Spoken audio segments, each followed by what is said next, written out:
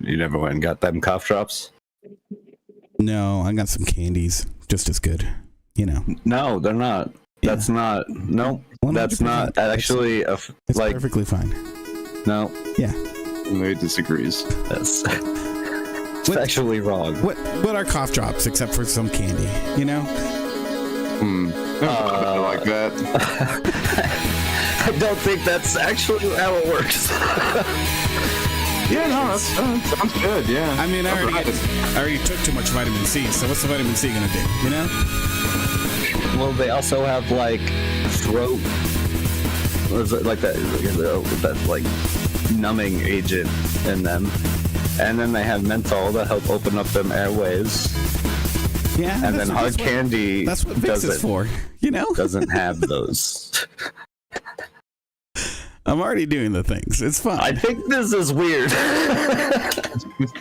I think this is how medicine works. I'm just doing it. Good. You know, you just need something. You know, some liquids for your. You need to generate some spit. Spit is what's good for you, right? That's not like spit is good for you. I guess it can help with the cough and stuff. But yeah. That's not all a Halls offers. No, I understand. I'm just saying the medicinal benefits are minimal. So why not just use some candy? Because it's candy. I mean, that's what people in Asia do a lot of the times. You know, they have those flavorless candies. They also have those one cough drops. What is it? Ludes. Something like that. Yeah. Ludes. Yeah, they do Ludes. That's Quaaludes. From the 80s. No, they're like cherry cough drops, except for they're like, I would hesitate to call them even a cough drop. Like, they're basically just a cherry hard candy. Yeah. But they work under the same assumption that, like, it doesn't really matter what you use. Yeah, and they're delicious, right? I don't know. I don't really like the artificial cherry flavor. I'm okay with artificial cherry flavor. And I actually kind of like the like lemon honey Halls. I think those are pretty tasty. They're not bad. I'll give them a not bad. I'm not like. And then I like the way that menthol feels in my lungs. I might have a cough drop addiction. That might be where we're going here. It all becomes clear now. We got to the bottom of it. Yeah. After years of study. Yeah, this is the 8-Bit Show, where we talk about what you should and should be taking for medicine, because we're That's experts. exactly it. And you need to take our advice. Yes. If you don't, please don't. Actually, on a serious note, please don't ever take our advice seriously. On any topic, let alone health. Yeah, I'm not legal advice. No. I'm not qualified to deliver that. Yeah. Welcome to the 8-Bit Show. Woo, woo, woo. I'm a little sick. We'll see how long my voice lasts. It was rougher than I thought, you know, like, I don't know. I just noticed yesterday, like, talking for a bit, and I was like, oh, my throat is tired, so I don't have strep or anything. So yeah, okay. That's it's just a little like cold that's going around. Yeah, our city and state. Oh yeah. Because that cold weather really came out of nowhere and hit us. Yeah, I've been pretty under the weather myself. Yeah, I've been all stuffed up. I've been taking like sinus decongestive stuff, and sucking out cough drops like they're going out of style, like we said at the beginning. Mm-hmm. Cough drops are amazing. Yes, useful tool. Indeed. So how have you guys been? It's been a while. Yeah, I'm doing pretty good. We're back for the new year. Mm-hmm. It's a new year and a new me. That's it. No. What's your New Year's resolution for your new you? My New Year's resolution? Yeah. Mine was more like just like a hope it's not gonna go as bad as I think it will. We all need a little bit of that. And just like most resolutions, that lasted, a week. That's fair. That's fair. Before all hope failed. How's yours? Well, I've been sick a lot, so annoying. Yeah, that's been pretty rough start of the year. Yeah, but going great. Yeah, I don't know. I'm excited though to get back to talking about some news and whatnot. So yeah, I mean, it was fairly slow news-wise up until like this last week. Stuff started popping off again. Well, yeah. So how do we want to start this? Because we also have our Game of the year. Game of the years, yeah. Choices. Mm-hmm. Well, I say let's do what we always do. Start with the news, and then we'll get to our game of the year, and then we can talk about the rest of the stuff we've been playing. Okay. We can kind of do the game of the year and what we've been playing all rolled into one. Yeah. So you'll have to stay tuned. Got him. To find out. Trick them good. That's how you do it. Mm-hmm. Well played. Well played. We're a bunch of rubes. All right. Well, let's kick into it. You want to start? You want me to? Who I love those rubes, by the way. Where would we be without our rubes? That's true. I'm gonna miss those rubes. I mean, you seem to have more news than I do this week. Okay. I think. All right. Well, let's start it off with our favorite company, Ubisoft. Oh, yay. Good. Yeah. They're still around. They might not be for long. There was an investors call that happened, I guess, this last week. And I think, so Bloomberg. Did it come from Bloomberg? Did it come from our friend Schreier? I think so. The original reporting on it? Yeah. Well, I mean, this latest on what happened. I don't know. My article comes from IGN, though. So basically, on the investors call, the investors started asking what is actually going on with the company. Are they going to be around for long? Is the company being sold off? Like, what is the plan going forward? And Eves and Frederick Duguid, they refuse to really give any answer. So it doesn't look good. Basically, a lot of investors are pretty pissed off. And I think this is actually maybe a legitimate legal concern at this point, where all these investors might be able to say, like, hey, you are now like in the realm of defrauding us.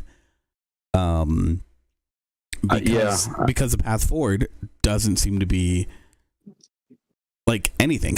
You're not giving us answers, and things are only getting worse at the company. And like, there's now rumors going around that if Assassin's Creed doesn't do good, then the company's gonna go under. Like, they won't have any money. So it's a pretty dire situation for Ubisoft as a whole. Yeah. And they're with the talks with Tencent. It's like Tencent really just wants like the big thing, which is Yves Guillemot and the Guillemot family to take a step back. Mm-hmm. That's like their big thing. And if they do that, they could possibly save Ubisoft. Yeah. Yeah, and apparently they've been unwilling to say to investors if that is actually a thing. Literally all they pointed to is that they've been talking to advisors. Yeah. So, yeah, what does that mean? The Guillemot's aren't going to give up without a fight on that. It's true. they've stated before that they don't want to. Yeah. Like, this is their like precious baby that they've burned to the ground. It's like terrible points. Like, okay, I was looking at lists on the sale the other day on just on Steam on what's on sale, and that Prince of Persia, that new Prince of Persia game's on sale, and I'm like, man, I would really love to play that game, but it was put out by Ubisoft, right? Yeah, and so I don't want to play it. That's the unfortunate thing about like most of their games too, and I think the way that gamers as a whole feel. I think for a lot of the time, games are a lot like movies where it's like, like sure you don't have to like a director or whatever to go to want to see a movie, right? Like I think people, for the most part, I'm not saying that everybody does this, but for the most part, I think people go, oh, I just want to, watch a movie, have fun, support the good people in the industry. But I think Ubisoft is running into a place, because I just see it everywhere, where people just don't want to support their games anymore. So I don't know. It feels like the name is just so tainted. It is, but it's like nothing that can be brought back, especially with like video games and entertainment in general. Yeah. It's like you can fuck up pretty big. Oh, yeah. But if you take a step back for a moment, figure out what like the priorities, get those straight, and then come out with something great again, like it would be forgiven. Had any of their games in the last 4 years been any good, this wouldn't be a conversation. But instead they go for the same approach that they go through with like sports games, where they're just like, it's the same thing. They're just formulating it different every time. Right. Yep. But it's like the same shit. Like we give Bethesda enough shit for having like the same game come out, but they only do that every like 3 years. Ubisoft is doing it like 2-3 times a year. Right. Yeah. So yeah, I don't know. I guess on top of the covering up of sexual harassment and stuff like that, I think Yves Guillemot needs to go. Like the Guillemot family needs to go. If Ubisoft's ever going to have a chance in remaining any kind of name. Well, honestly, even just if, like you said, like if they take a step back, they don't even need to leave the company, but they need to stop being the face of the company, Yeah. Tencent isn't saying, like, basically Tencent saying, like, you guys can't be CEOs. And we're like, you guys can still be, like, the owners. You own a good share, okay. But as far as the day-to-day and what happens at the business, that's where they want them to step back. Yeah. You're not to be running a company. Yeah. So, I mean, at this point, we're going to have to see what happens if Ubisoft will release any more details. I'm sure a big part of them not wanting to say anything to the investors is that just becomes public knowledge as soon as it's out. And maybe there is a legitimate concern about them having any information leaked, because some of these deals, they can be very sensitive, like there's a good chance we won't hear much until it goes one way or the other. Yeah, that's why it's like drip feed information anyways. That's why it's always very little. Right. So yeah, that's that for Ubisoft.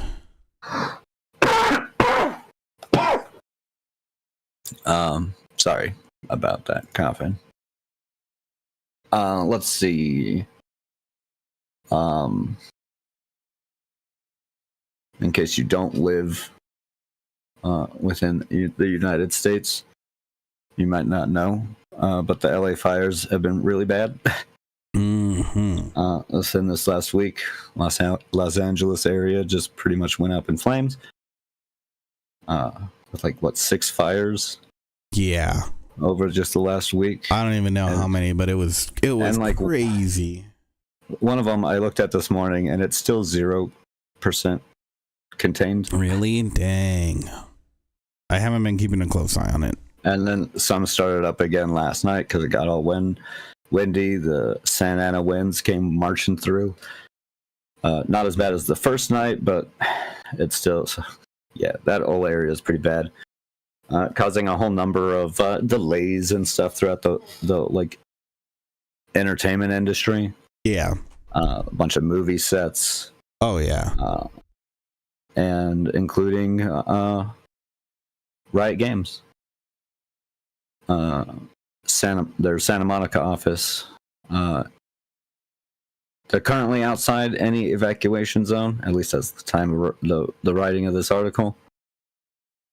So they're okay, but again, you know, they're a local LA place, so a lot of their staff live within LA, and they're trying to make sure that all the employees put safety and family first.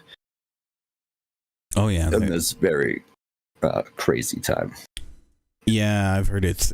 I heard there was a few reports of like people trying to get back into the house to, you know, I think one incident was like to save a pet, and then the one was, you know, to grab something or another. Yeah, and you know, I mean, the fires get so crazy so quickly because of the winds out there. Yeah. You know, like just watching some of that footage, it's like, oh yeah, you're not outrunning that. I mean, we don't get like the same coverage, especially because our fires aren't typically worth near the amount of damage that this fire caused. But oh yeah, like New Mexico gets fires like it all the time. Between having like super dry conditions and those winds, fires can literally start out of nowhere. Like, oh yeah, with the way that all with no people flying around.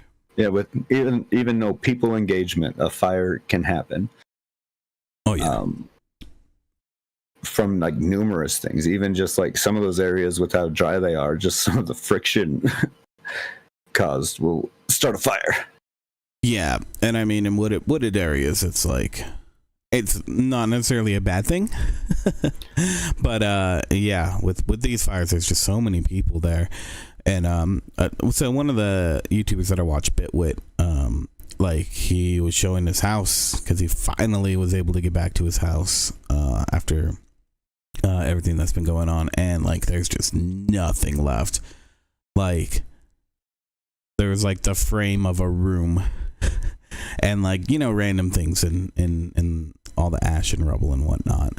But yeah, it's just like. And him just like going through his neighborhood, like on his way to his house, and just showing all the houses that are they're just gone.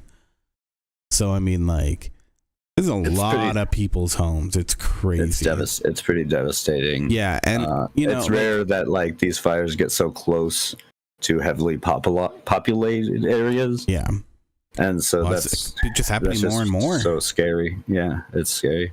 Right. But for Riot Games, they've closed their offices. At least to what do they call it? Critical functions. Yeah. While this happens over the next week. That's good, because I'm sure a lot of the employees needed like figures their shit out, you know, and they don't got time to work. So from CEO Dylan Jadira, I think that's it. I don't know how you're gonna pronounce that. Yeah, that sounds right. Sure, whatever. Or Hadira. I don't know. Anyways, he wrote on LinkedIn, for the writers reading this, please remember our mission and our work will always be there. Right now, what matters is taking care of yourselves and each other. It takes a village to do what we do. And we are all in this moment together. For those in the offices around the world who have been reaching out, your support is incredible. We're once again reminded how strong the Riot team is. He also wrote that Riot Games is ready to stand up for Los Angeles and give back in every way we can for all those of the communities when the immediate danger surpasses. After all, Riot Games has always been a Los Angeles team. And Los Angeles raised us, and we're proud to call it our home. So Riot Games. Kind of being cool for a little bit of a change. Yeah. No, that's good. That's what needs to be done. So. Yeah. Well, good luck to everyone in LA. A whole bunch of movie productions got shut down too. Yep. Yeah. Anything going out in LA, probably gonna have delays right now. So. Next up, I got a little something silly. Oh yeah. Sony. Lighten the mood. Yeah, Sony has debuted tech where players can see, shoot, and smell baddies from games like The Last of Us. I don't want to. No one wants that. Why would I want to smell my enemy? No idea. I think I don't know if it was them that showed this off last year, but I swear somebody did. Why are people obsessed with smell-o-vision? We don't need it. We really don't. I don't want to smell it. Never wanted it. No. What was it? Wasn't it Resident Evil 4 that came out with the candles that had like blood scent? I don't remember this at all. Like gunpowder. Blood and gunpowder. Get your new blood and gunpowder candles. Let's see if I can. With the Resident Evil logo today. Special pre-order. Only costs $39.99. It's got Paul guarantee. At that price, I can't afford not to get it. Right. So yeah, I mean, are they gonna continue to use this, or was this just something fun for them to work on? You know, I don't know. I hope they don't try to make this a thing. Because I mean, I guess for the novelty of it, like it's fine, but yeah, I just don't know. Oh, it was for Resident Evil 7. For 7. It was for Resident Evil 7. They had, a couple different ones. Blood and gunpowder, which apparently smelled really good. People liked that one. Huh. It didn't actually smell like blood and gunpowder? That's just what it said. I'm sure they didn't. They were just little stupid collectible candles. Yeah. It was like what is that candle that you always see in the store that you're like, what does that even smell like? And then you go and smell it and you're like, oh, okay. Tropical mist. Yeah. Blue. Midnight sky. So yeah, that's just, I mean, I think the fact that they had it over at CES, for CES, like, show me some ridiculous stuff that somebody was just messing around with, in your guys' research department. I hope that's all this is. It sounds like fun. I wish CES is usually take a part in it, but yeah, that's usually what they are. Mm-hmm. Just a tech show. That's always kind of fun. Yep, cool tech can be shown. Yep, even if it's always worthless. Like, oh man, this is gonna still be like ways out, and why anyone would do it is questionable at best. Let's see. I have more news. Mm-hmm. I don't need this one. Last of Us Part 2. Oh yeah, that's coming. Is going to require a PSN account to play on PC. Surprise. Yeah. Making it unplayable in over 100 countries. It's kind of weird to me. Like, wouldn't you just want the game out there and on as much stuff as possible? For as many people to buy it as possible. Yeah, but that doesn't generate constant revenue streams, which is the craze these days because the gaming market just isn't in a good place. So you gotta find ways to make more money.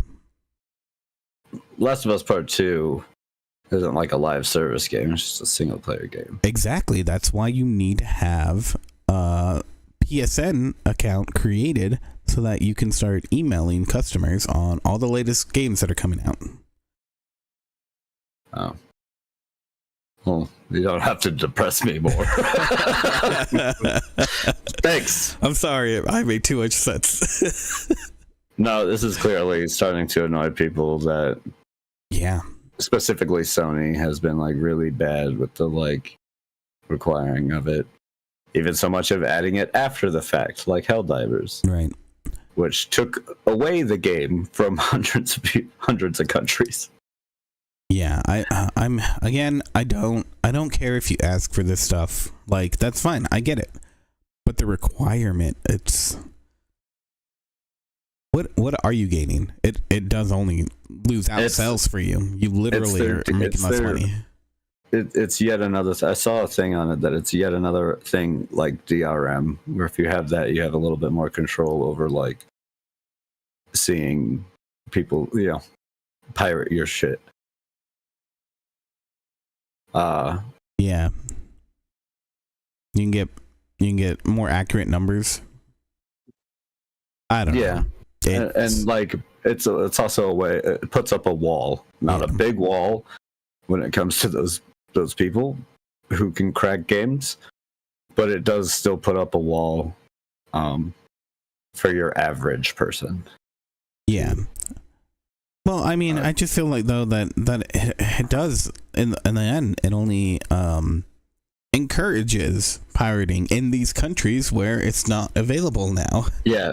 When that's the only way you can get it, it's like, I'm not gonna bitch your moan about any sort of pirating.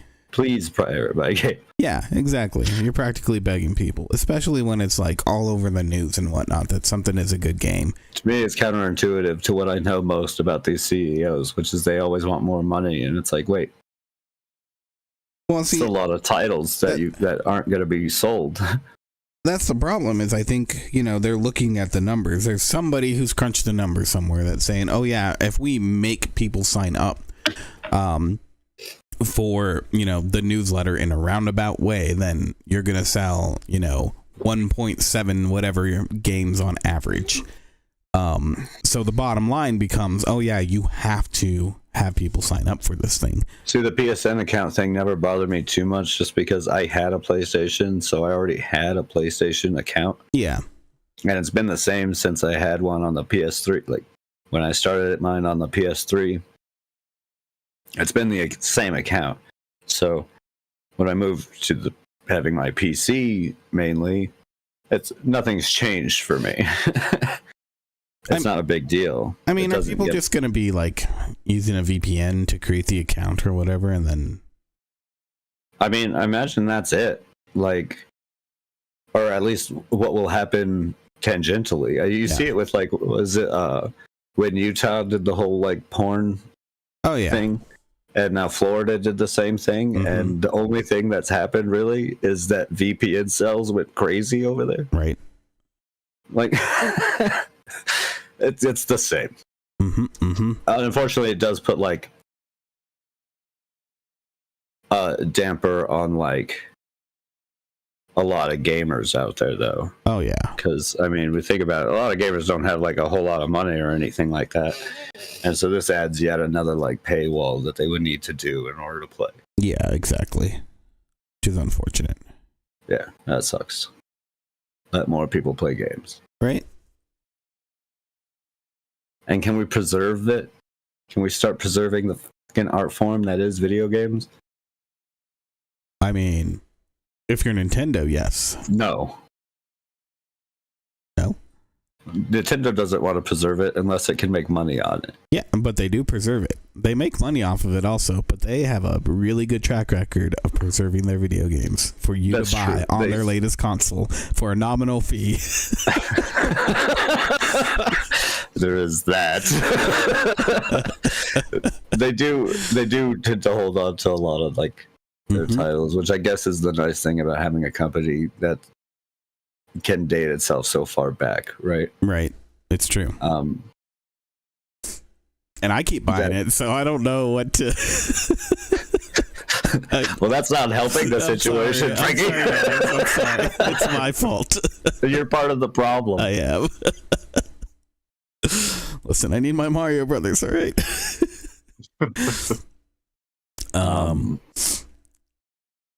Okay. But yeah, game preservation, I feel, needs to do something. We need something. We've lost so many good games. We have. That are just gone. I know, right? That's the world we live in, though. Also, the world we live in are new Nvidia graphics cards.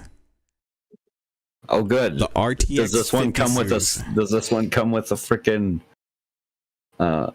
GPU stand because it's so massive? No, or is it just outside? Is it outside GPU because it doesn't fit in the computer? No, they're tiny. They're like ridiculous. It's kind of mind blowing. Yeah, yeah. That's supposed to be the 5090. And like people are like, what? That looks like a lot smaller. That looks like half. Yeah, that looks like half the size of my. It's kind of amazing. Their claims, anyways. The 5070, was that the entrance, or 5060? I can't remember. Whatever the entry level GPU, which I think was around $500. They're saying that its performance rivals the 4090. So they always say stuff similar to that when the new series came out. I kind of remember when the 40. I remember when the 40 series came out. They're like, "Oh, it's or even our cheaper one is better than the Pro one." Yeah, I mean, yeah. They do that, and it's. I mean, it's true to an extent, but they've never been this egregious about it. What their claims are, but it sounds like a lot of this is going to be AI. Frame generation is what they call it, which I think if you have a 20 series card, RTX 20 and higher, your GPU probably already does frame generation, depending on the game. And what that does is it's basically using AI to create an extra frame. So that's how it can be pretty dang fast. What this new version will do is for every one quote unquote real frame that you're making, it's going to use AI to generate 3 more. So that's how it can be so fast. I'm not very tech savvy, but that seems almost magical. It really does. This seems like exactly what AI was supposed to be for, making jobs easier. Right? Well, people are kind of upset because they're saying, "Oh, well, they're fake. They're fake images, right?"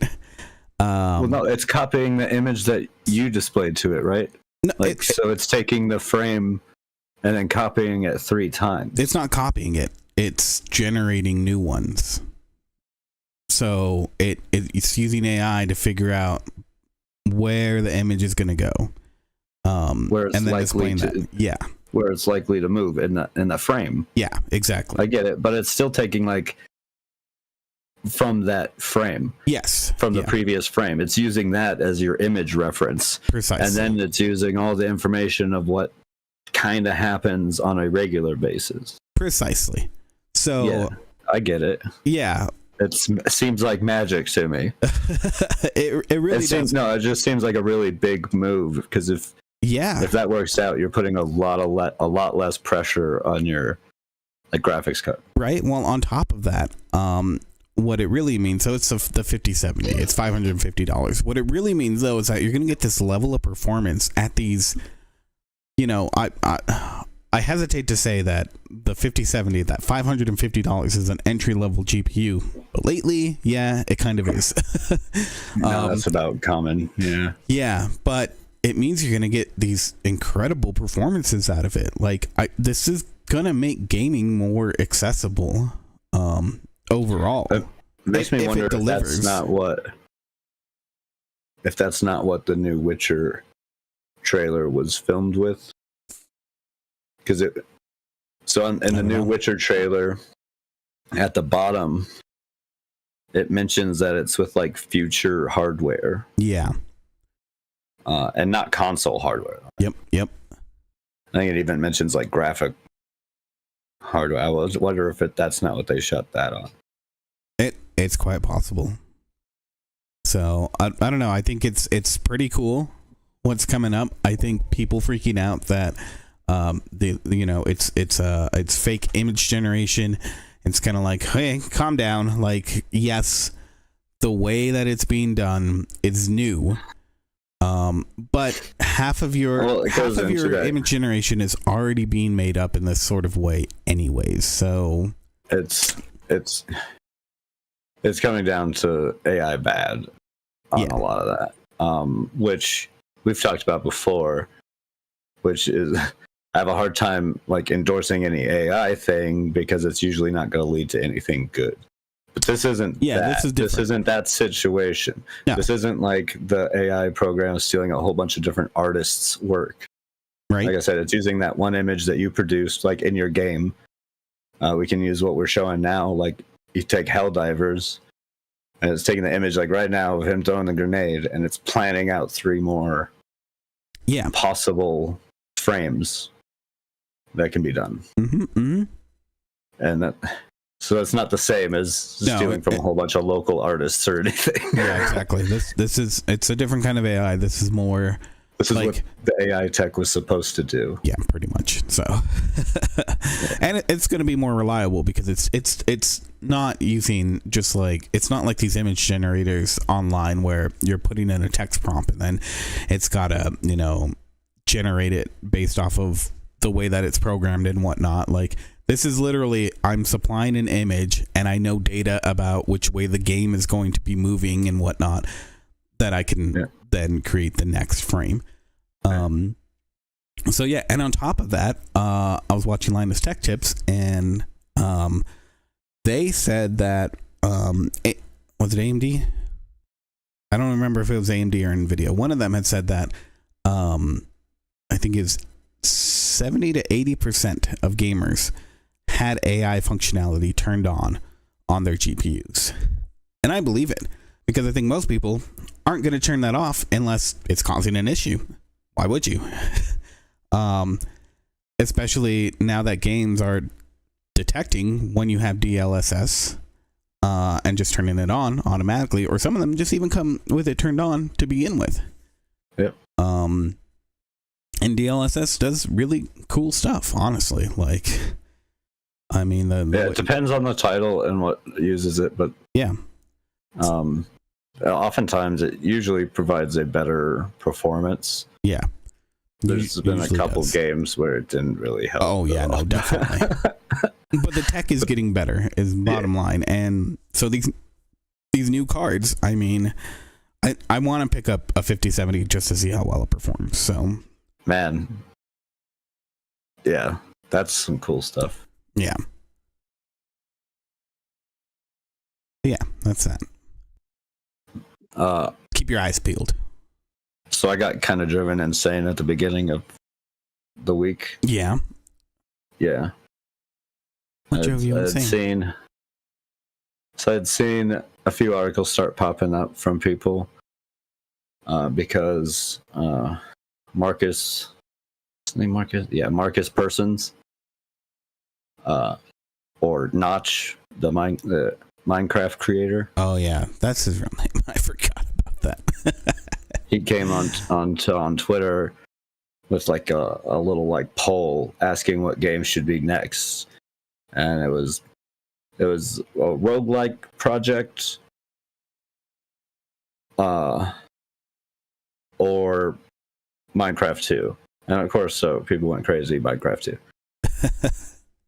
But here's what was driving me crazy: is everyone was like, all the articles I was seeing were like, oh, Notch does this, everyone's excited, yay, Minecraft 2. No one, not one of these people, almost to the point that I almost wrote my own article just to satisfy this urge. No one was talking about all the shit that Notch did after Minecraft. I ignored all these articles because of that. Actually, I was like, I was losing my mind. I was like, does everyone forget that this motherfucker went on a whole like sexist and transphobic and some tirade stuff too, right? A whole bunch. It got absurdly ridiculous. Even some stuff he had to like verbally take back. Mm-hmm. Some stuff just got deleted. So much so that he wasn't invited to the 10th anniversary of Minecraft, and he was even removed from mentions from like being mentioned in Minecraft. I was losing my mind that nobody was talking about this until finally I saw an article from Ted Lynchfield at PC Gamer, who finally, at the end of it, was laid out this whole thing of some of the stuff that he did. Because seemingly Notch replied something that like, "Oh, PC Gamer is still one of my favorites." When it comes to sources, because of this article, which they do call him out for all of his stuff. Also, seemingly to note, Notch can't make Minecraft 2. Oh no, he can't. Maybe a spiritual successor, but no. Yeah, he couldn't do Minecraft 2. He sold it. Yeah. It's gone. He don't own it. No, yeah. You get a cease and desist. Yeah, for sure. It would have to be no one's surprised. As to no one's surprise, after the poll, he did state that they are working on that roguelike game. It was to try and build hype for that, and not Minecraft 2. If you want Minecraft 2, you're gonna have to look to Microsoft, which he's said some weird stuff about that. He seems to be salty that he ever sold that game off, but it was for the better, for him and for us. Honestly, like if I saw that he had made, had reversed his statements or whatnot, then I'd be more willing to look into the game that he's creating. But I haven't seen anything of that sort, so until I do, he's still on the naughty list. He said stupid. He had like some pretty bad like apologies for some of them, and some of them just being deleted. No, but they were all like ingenuous and whatnot, and that was when then, you call right? when you call feminism a social disease, insulting non-binary game developers, right? Which is interesting. I didn't actually find the news article I was looking for, but that's becoming less and less acceptable. That attacking game developers. Oh yeah, we're seeing more companies are looking into legal things to prevent that from happening. Oh, that's good. Like protecting their developers and stuff from these random attacks. Mm-hmm. That's totally good. I'm all about that. Calling transgender identity a delusion and mental illness. That was before he offered a partial apology. And then belittling and dismissing the concept of setting one's preferred pronouns in a game. Mm-hmm. So yeah, this guy just went off on a whole thing, which got him excluded from being at all involved. Right. Which I'm happy for. I mean, it's a little bittersweet. Honestly, there's some things that Microsoft has done with Minecraft that I'm not the happiest about. But of course, but Notch is terrible, and Mojang bought that shit from him. Yeah, Mojang selling it to Microsoft is not. Yeah, but it's definitely in a better place than what would have happened with Notch. Mm-hmm. Especially in making statements like that. Right. Terrible human. Yeah, no. So yeah, I was very glad to find this PC Gamer article that finally addressed some of it, because the other articles were driving me insane that none of them mentioned it, and they're all like driving hype towards Notch. It's like, what are you doing? What's going on here? Right. This is a terrible man. Indeed. Did we all forget? Like you were saying earlier, it's not that difficult to bounce back. People do forget, unfortunately. Yep.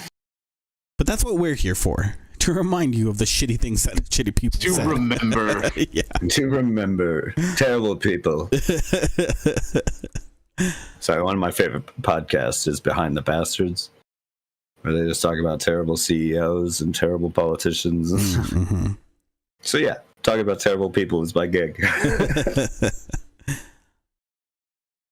Next up, I got some Sony has announced some planning of live action Horizon and Helldivers movies. Oh, cool. The Helldivers one seems a little meta. I only as long like. All right, so we all know Helldivers is very much like a spiritual successor. Can the TV show also be like a parody spiritual successor to its own self? Like, can we do that? Is it possible for them to do that?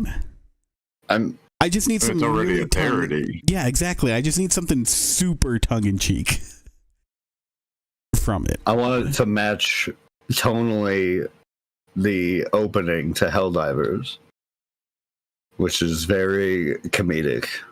Sweet Liberty, no! Sweet Liberty, no!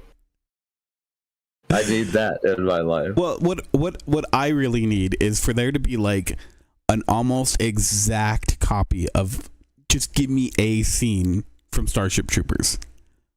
Yeah, I mean, that's pretty much the vibe that they're going for. No, for sure. But that's what I want from the TV show. I just want one scene that's almost exactly the same. Like down to like, you know, I just want it to where like placement. I don't want it to be like a controversial thing. And I want the society to be like a cherished thing. Like no one thinks any bad about this like managed democracy stuff, right? Yeah, exactly. Why would they? Like everyone's 100% down for managed democracy. Well, we it are obviously works. So we are ready. We are Helldiver. Yeah, it could be a lot of fun. You got to go all in on it. You can't have like some subtle commentary where that. Oh no, you know they're not actually the good guys. Of course they're not. We all know that. That's not the point. Right. Give me 100% in. Exactly. As for I knew my characters frothing at the mouth for that managed democracy. Yeah, and for Horizon Zero Dawn, I mean that could be fun. It could be cool. Just don't make the visuals too cluttered. That's my concern. Oh yeah, Horizon's cool and stuff like that, but when it comes to like robot-y things in movies, looking at you Transformers movies, I don't know what the hell's going on more than half the time. They just show a bunch of like gears spinning. Right. I mean, that's more just Michael Bay problem. That's what I'm saying. Just don't focus on that problem. Don't pull a Michael Bay. Yeah. With your robotics. That's fair. That's pretty sound advice. Yeah. Especially with that one, where like they're supposed to be more animalistic and natural, anyways, right? I've played that game. They like to move like real animals and. They're animals. I mean, and I'm okay with you doing like, you know, an occasional close up or whatever, like, you know, make it a cool little part. Sure, whatever. Yeah, but Michael Bay did that for even the fights. You're like, oh, no, cool. He did that for if they stubbed their toe, you know. they're fighting. I don't. I think they're fighting. They're either fighting or they're fucking. I don't know which one, but they're doing it. Well, they do it on Sabatron, baby. The answer is yes. Right. Or fight fucking. Mm-hmm. That'd be cool. I would watch a Helldivers movie. And probably a Horizon one too. Both are cool worlds. Yeah.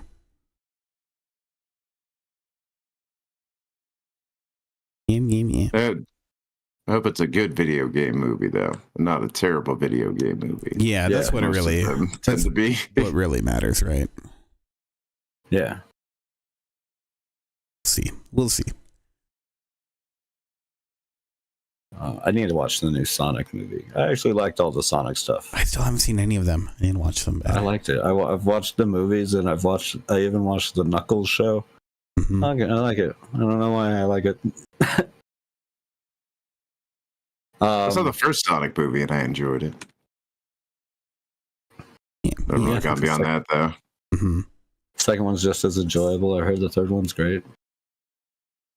Yeah, I hear it hasn't really let down since the first one, like it's just as good quality all the way through. You got any other news? I do, but you have your video? Talk about that. Yeah. This one's a little rough. This People Make Games. I've been following them for a while. They've had some really good reporting in the industry. They did one on like Roblox. They did one on Crunch. Oddly enough, the one that they did on Crunch also featured the same studio that this video happens to be about, which is a studio based out of Indonesia and Jakarta, called Brandonville Studios, in which some reporting came out, at least in Indonesia a while back, about some truly horrific abuse and terrible. This video was really hard and nearly brought me to tears a couple times. As this CEO and his wife, Cherry Lai,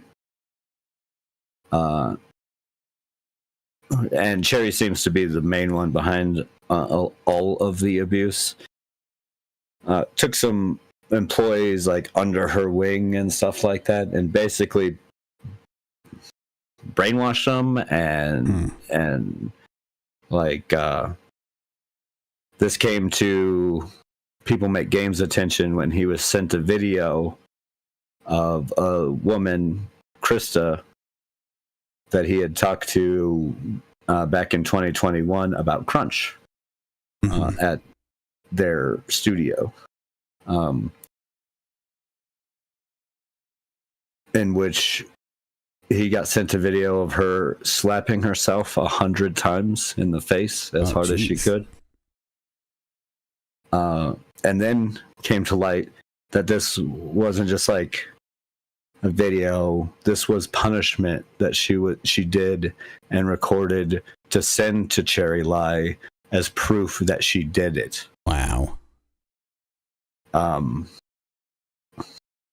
There's a lot of terrible things, including financial abuse, keeping most of an employee's check because they're terrible at spending, to the point that they couldn't buy anything outside of essentials without asking permission, and was always told no.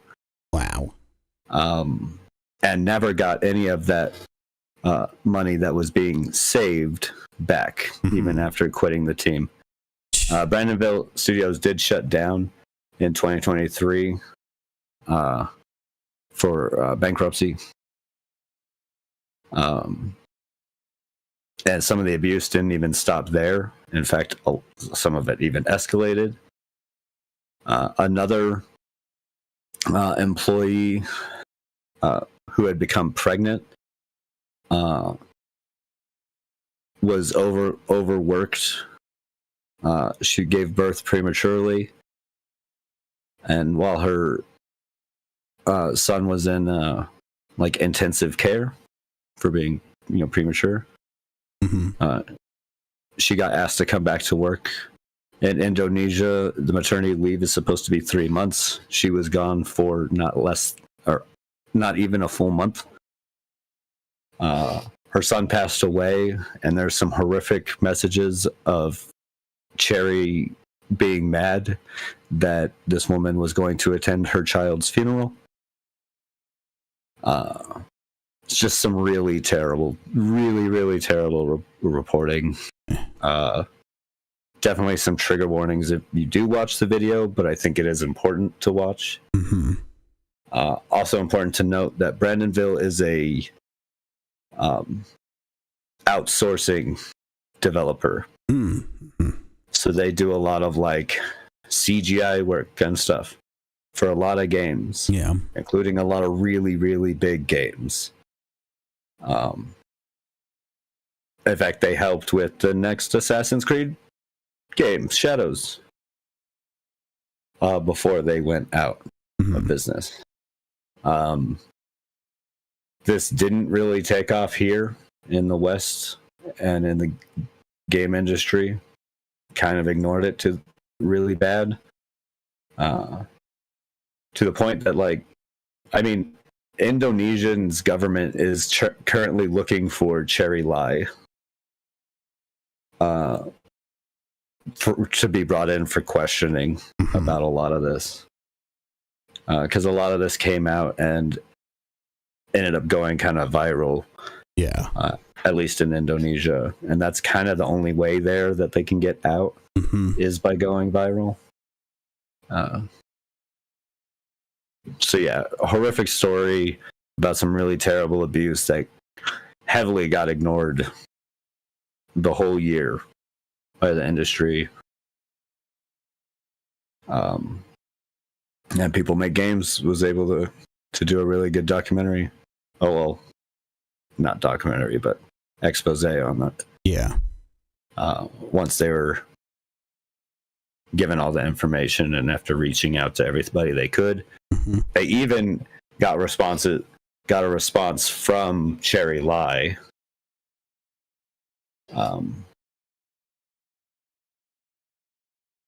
which was an interesting bit. Often you will not hear from those people, especially with the amount of fraud and abuse that woman did. And it's not even sure how much her husband, Ken, I think his name is Ken Lai, who's the actual CEO of the company. It's really unclear with all the information that he received what his role in any of it was.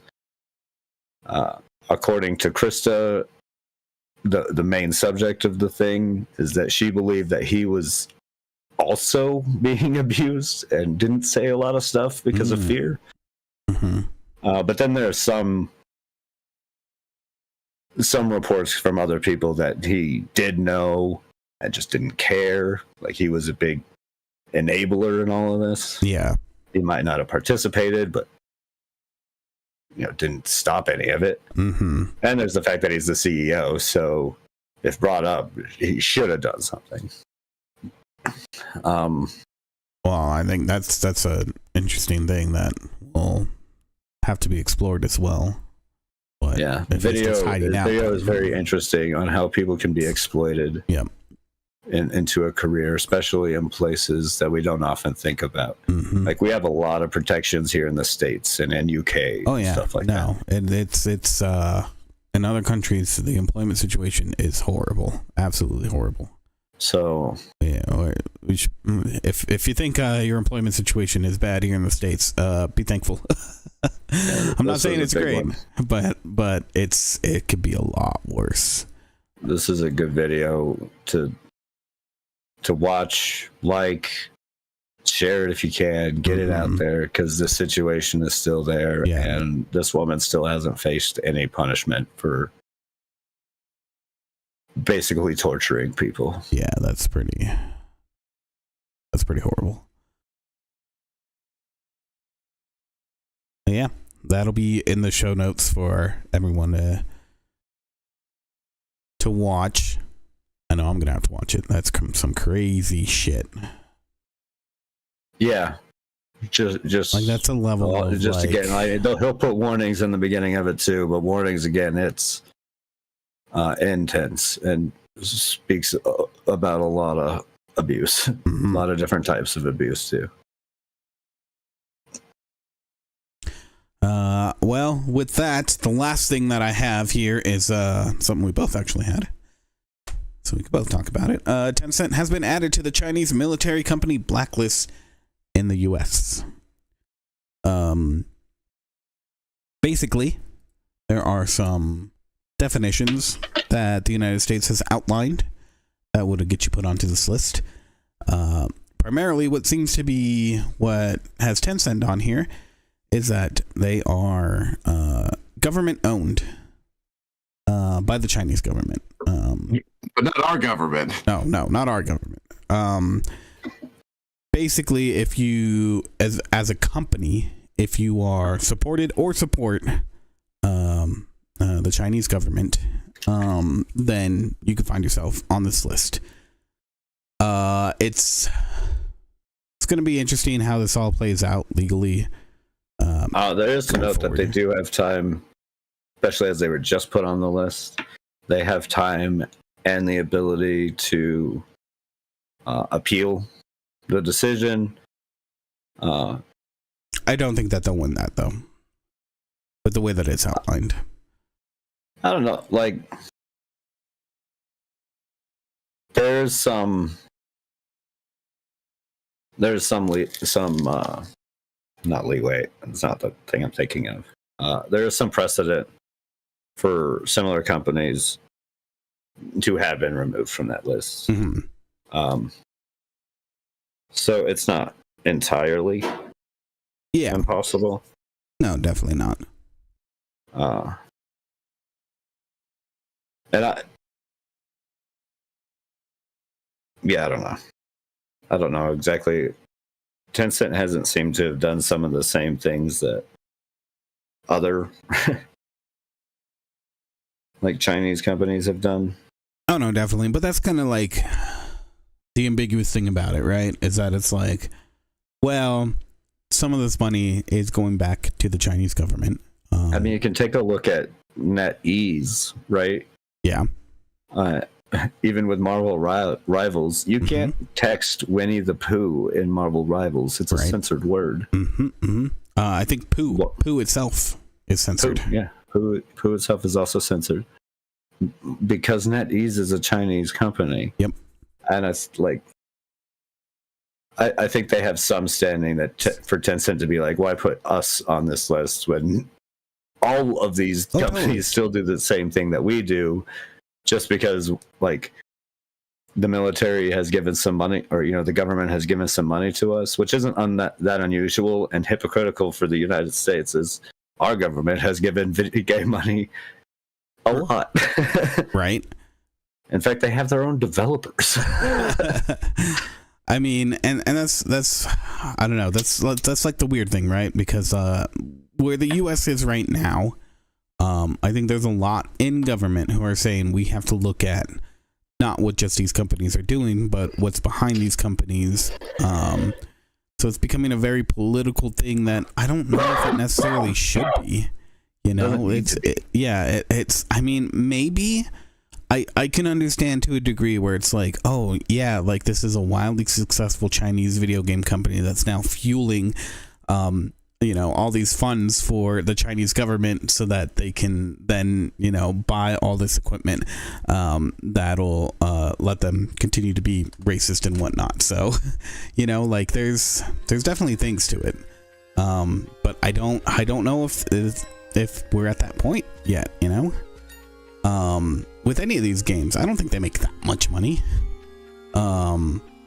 Like some of them that are wildly successful are still a drop in the bucket compared to other industries. Even just vehicles and whatnot, like computers out there in China, like it's all a different level. So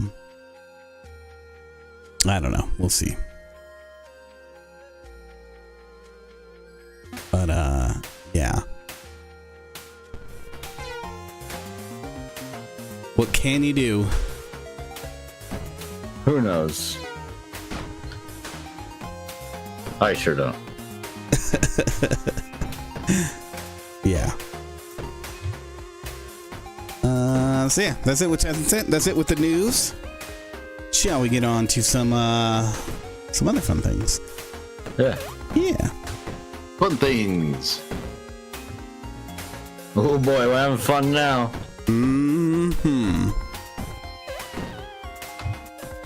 Oh, look at, we can also get cheap viewers on streamboo.com. Are you guys interested? Ooh. Oh well, I mean, Cheap viewers. What will these viewers do for me? They're like slaves, right? Yeah. I like my viewers like I like my coffee. Cheap. Cheap.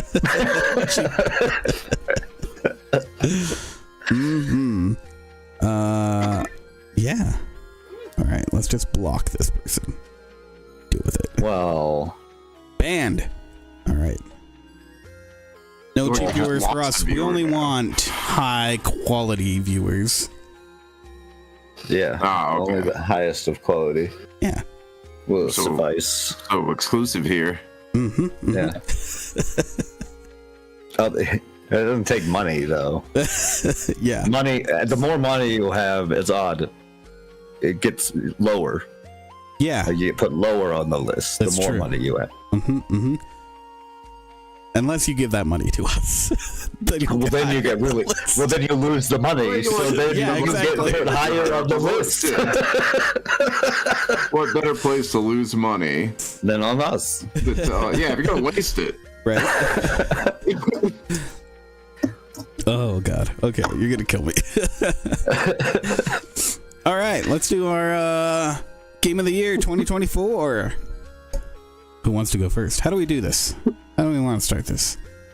I don't know. I mean, So we're doing our top three, right? Yeah. oh, I didn't though. I didn't know it was top three. Um, I Just just have forgot. one. you just have four. Or I just forgot. And, like it could be lots of things. That's okay. Perfectly fine. I'll just say the same game 3 times and Yeah, there you go. Yeah. Tell us counts. 3 different reasons why it was great. All right. Yeah. I'm so conflicted on my list. All right, I have my top 2 for sure. The third one, it's such a tie for me. So Okay. I guess we'll see.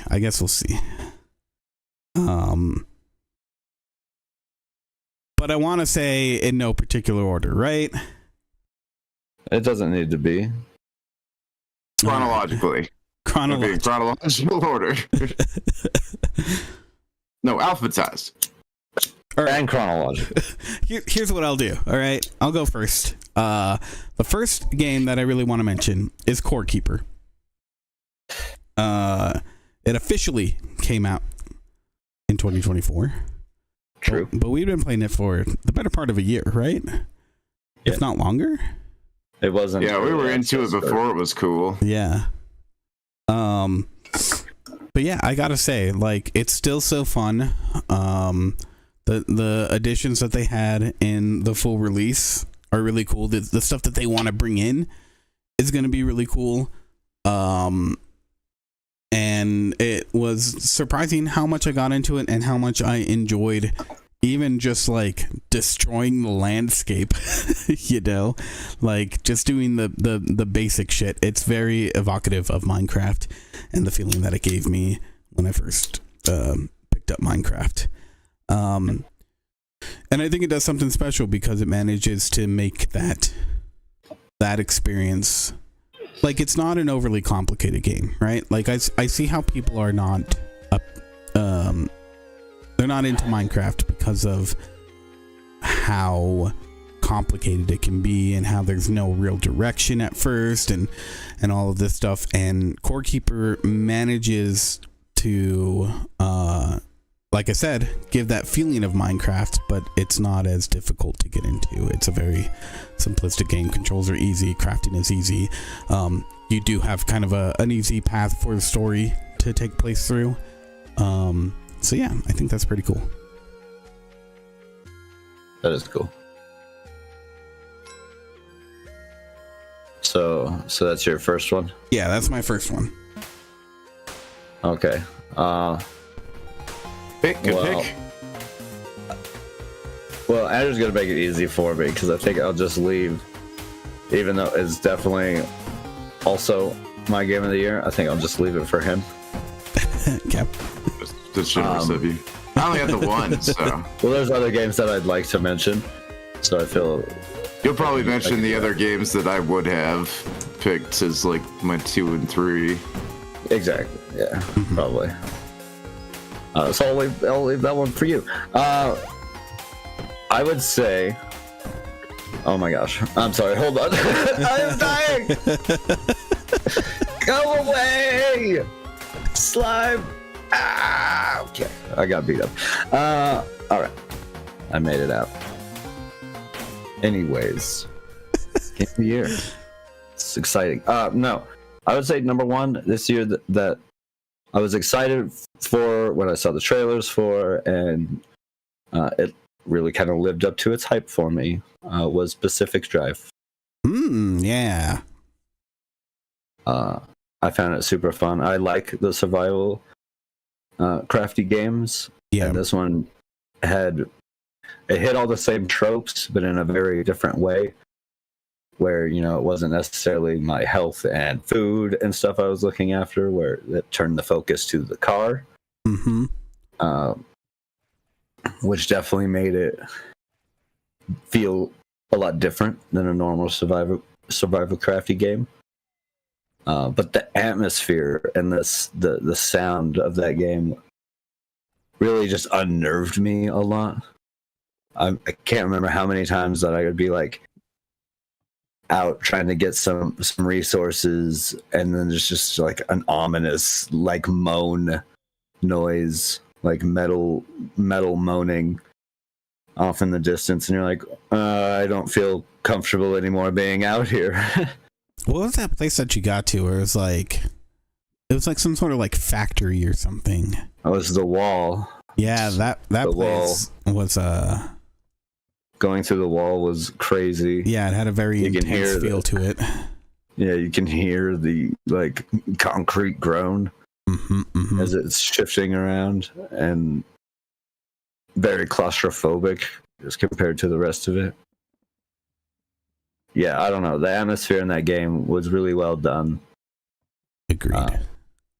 The drip feed of lore it gives you was also really well done. The voice acting was fun. You know, you as a character are pretty you know, no real character there. Every character comes off of being a side person, as someone who talks to you as a character. But it was just so well done, like the way they drip feed you why the car, why you can be constantly reset. Yeah, it had a good mystery element to it that it was slowly revealing, right? Yeah, it was. Yeah, its mystery is really fun. The exclusion zone itself is cool. I heard that they got bought for script. Oh, really? For like a TV show. Oh, yeah. Which I think could be right. really, really cool to explore the exclusion zone with more things. They wouldn't even need to focus on the car aspect, like just the exclusion zone itself, and a lot of the mysteries that you just uncover and stuff there are interesting enough that they could be their own story. Yeah. Like you can set that, in the past, in the future, wherever. Yeah. I think that world can lend itself to a lot of different cool stuff.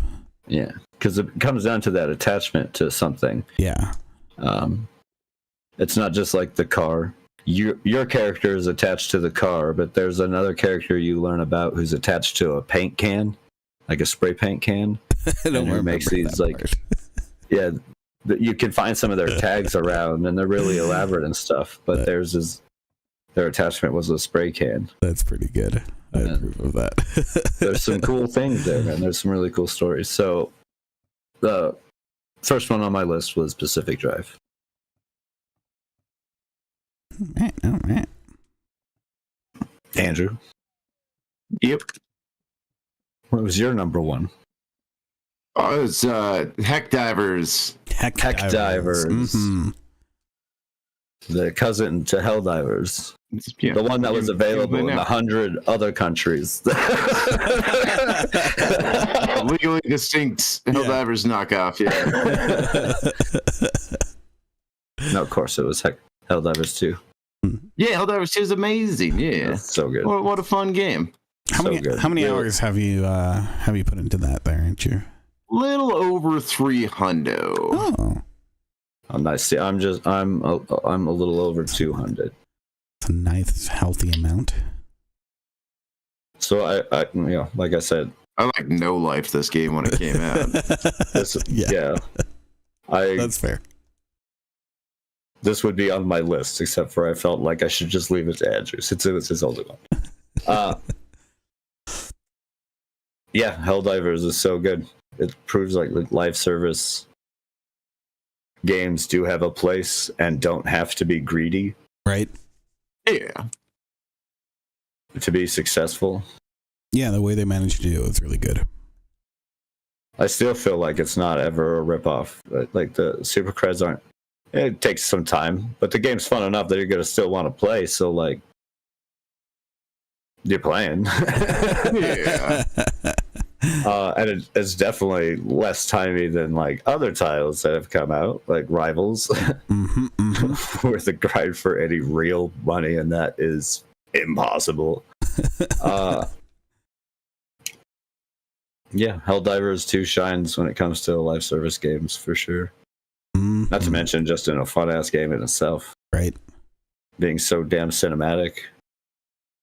When shit's going down and going wrong, that's when it's at its best. Indeed. Number 2, Frankie? Number 2 for me. Okay, so that's gonna be for me Celeste 64 Fragments of the Mountain.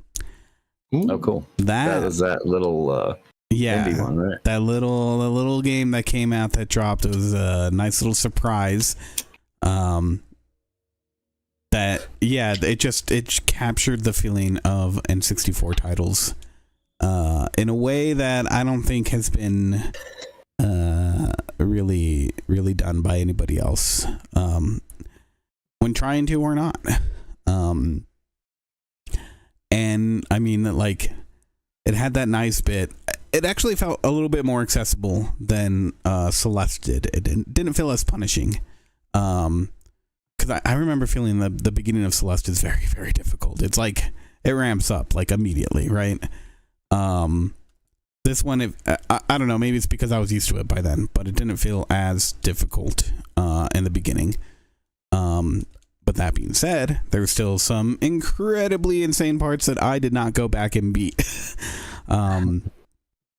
But what was really cool and very much an open world, like Mario 64-esque sort of way, you can go and to the very end of the quote-unquote game right at the beginning. So it was cool that it gave you that sort of open world freedom in like one Mario 64 painting, you know, like it felt like that. It felt like you jumped into one of those paintings and you were just in that world. And you had all these little tasks to do, and yeah, it was fun. Good solid game all on its own, I think, if only just a little short. But that's okay. I loved it all the same. Cool.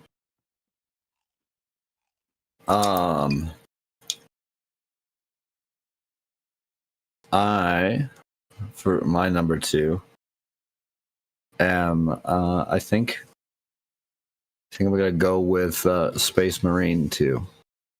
Mm-hmm.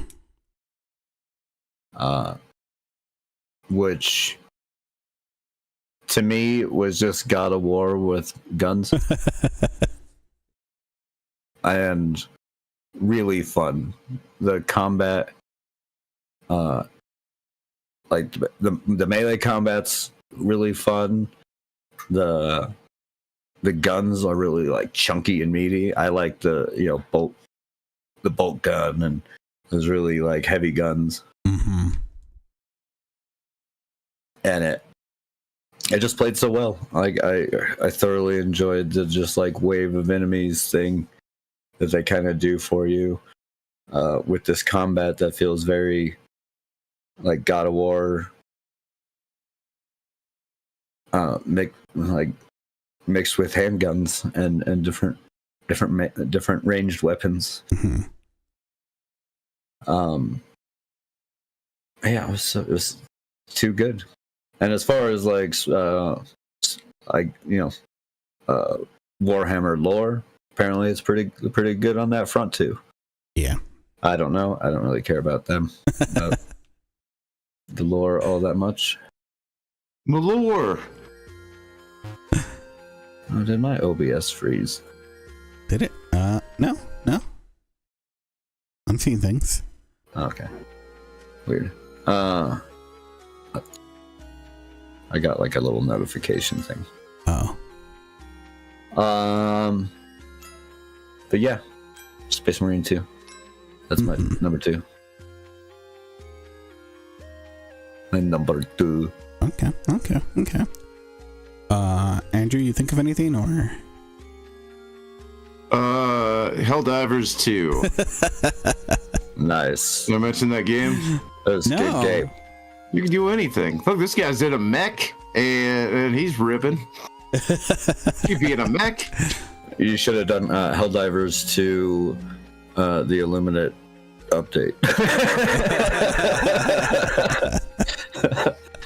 Also legit. Excuse me. Okay. Well then. Okay. See, this is a hard one. All right. Is it? Yeah. So Marvel Rivals. This is the last one. This is the last one. Marvel Rivals, I had so much fun with. I didn't expect to enjoy this game as much as I have. What if I give you? What if we do also an honorable mention? That's gonna make it harder because I don't know which one I would put in my top 3 and which one should get the honorable mention. That was my goal, was to make it harder. So I'm glad it worked out. I was worried it wouldn't. So the other one is The Legend of Zelda: Echoes of Wisdom. I love Zelda games. Everybody knows that. No surprise there. Yes. Weird. I know, super weird. And this I thought you hate Zelda. This one was a nice return to form. So yeah, I mean, like, just the things that it did are really good. I couldn't really find a big issue with anything in the game. It's different. It takes some things from Breath of the Wild and Tears of the Kingdom. So yeah, it's really, you know what? I'm gonna give it to Legend of Zelda. We're gonna give it to Echoes of Wisdom. That's my number 3. Just because I think the feeling that I got from that, it's the last game Zelda-wise to come out that was like that was the remake of Link's Awakening. And so it felt like it has been a while since we've had a traditional Zelda. So I have to say, like, as much as it isn't a traditional Zelda, they do this great blend of things that I think makes it feel more at home than any of the recent games on the Switch and whatnot. So yeah, and it's kind of cool to be able to have the new art style as well. I really like it. Really, the biggest complaint that I have about the game is that it doesn't run as smooth as you would like it to. So, the Switch is showing its age even with more simplistic games. So, you need a new one, Nintendo. Rumors are abound. Indeed. So yeah, there's my number 3. Echoes of Wisdom. All right. I know the struggle of picking that number 3. It was really, really tough. There was a lot of really fun games. Mm-hmm. Good year for games. A lot of good ones came out. Yep. Yeah, a whole lot of really good ones came out this year.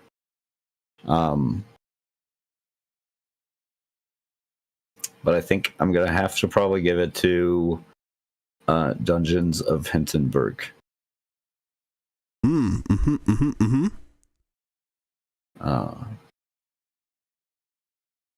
Really super fun dungeon crawl adventure game with some like hack slashy element and fighting. A lot of puzzles. Did you play this one on stream? I can't recall.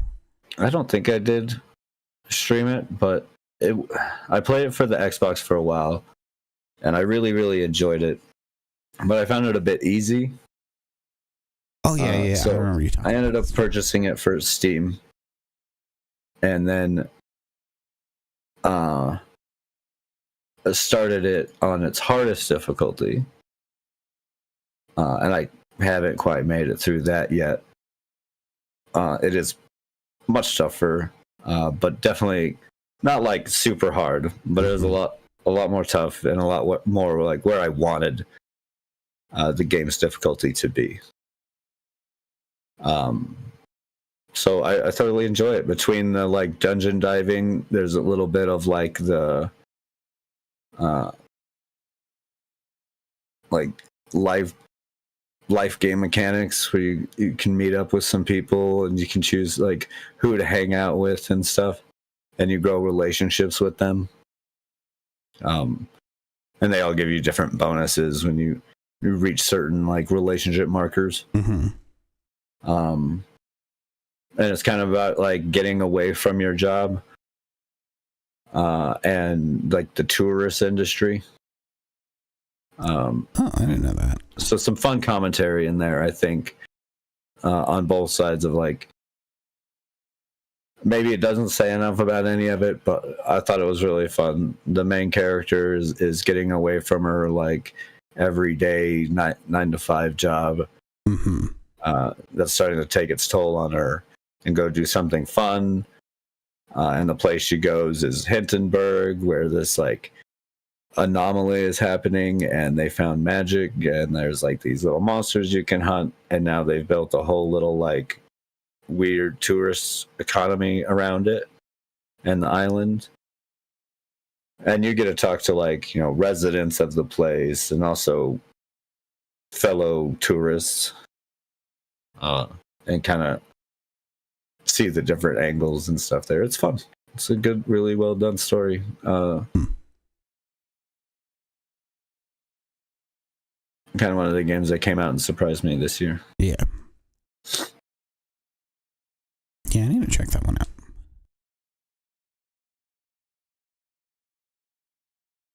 Well, I guess that. Oh, do we want to do our honorable mention then? Sure. Okay, so mine is Marvel Rivals, as I said earlier. I'm having so much fun with that game. I'm a little glad that it's not like strenuously balanced at this point. The character abilities and how over the top they feel. I mean, it makes it feel like you're a superhero. I like Marvel Rivals and also hate Marvel Rivals for a few reasons. Yeah, But and it's not I a do perfect think game. I do think that it shows that it isn't that people don't want a new hero shooter game. Mm-hmm. But it's just that like we want good ones, and like they need to be like fairly thought out. I mean, NetEase and stuff had it pretty easy with having, you know, Marvel IP, pretty Right. well established characters, and they had that going for them. But also, like you said, like you feel like a superhero. The ultimate abilities all feel pretty cool. Everyone feels pretty unique. And with its really bright and colorful visuals, it makes for really fun play. Just like when Overwatch came out, and it was like this new bright and fun thing. Mm-hmm. It has that, but it also has a lot. Like it is an Overwatch. Yeah, It's right? fun, and doesn't have a lot of the problems that Overwatch has had, and hasn't seemed to do much with. Exactly. Yeah, so I mean, we'll see what it evolves into. I mean, the money situation. I have issues with it, but I mean, I'm very ambiguous. I'm not ambiguous. What's the term? Ambidextrous. Ambivalent. That's the word I'm looking for. Also ambidextrous. I wish I was ambidextrous. I can't use my left hand word. Shit. I can do some things. Like, I can't quite write really well, but I can do almost every other task. no, I just think as well. I think that's the level of what you have to be able to do to be considered ambidextrous. You have to be able to write, right? I can write. It's just not as pretty. Right and left. I guess. It's just not nearly as pretty. And Well, same here. I can write words with my left hand. They ain't gonna be that legible. well, I was born left-handed, and then my kindergarten teacher said that left-handed was a sin. Oh, and that's right. I forgot you were one of those unfortunate souls. Yeah. forced me to write with my right hand. Yep. I'm sorry, Christian. That's cool. They said he was donkey Left brain. hand is for the devil. We know that. That's good. I found out at a young age. Right? Imagine me much harder when I got older.